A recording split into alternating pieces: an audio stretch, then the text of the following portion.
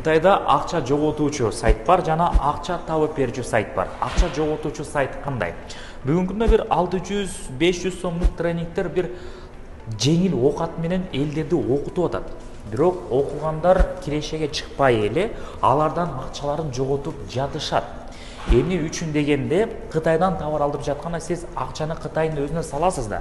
Албетте саласыз, бирок бүгүнкү күндө ал жерден сиз товардын акчасын Кытайдын счету аркылуу эмес, Кыргызстандын банк счету аркылуу саласыз.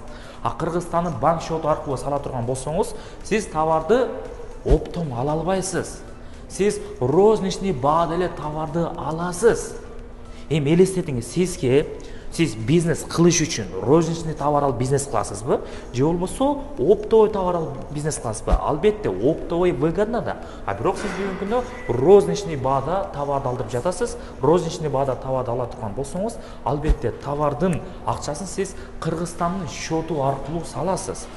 Бирок Кыргызстандын счету аркылуу сиз сала турган болсоңуз, эмне болот? 500 сомдук, 600 сомдук тренингтер ошол счет аркылуу товарды алдырып жатканда сизден 20% төлөтүп алат. 20% төлөтөт, то есть мындайча айтканда сиз 100 000 сомго розничный товар ала турган жерден сиз 20 000 сом лишний төлөп 120 000 сом чыгасыз. А бизнесте акча коротуучу жер эмес, акча чүрүүчү жай. А биз бүгүнкү күндө товарды розничный эмес, оптовый алыш керек. А оптовый алыш үчүн Кытайдын банк счету керек. А Кытайдын банк счету Кыргызстанда эч ким окутпайт. А Кыргызстанда Кытайдын банк счету аркылуу төлөй турган болсоңуз оптовойго, албетте оптовой товар аласыз, жанагындай пайыз болбойт. А сиз каалайт белеңиз, Кытайдын банк счету аркылуу оптовой товарларды алууну. Ал банк счетун кантип ачсак болот?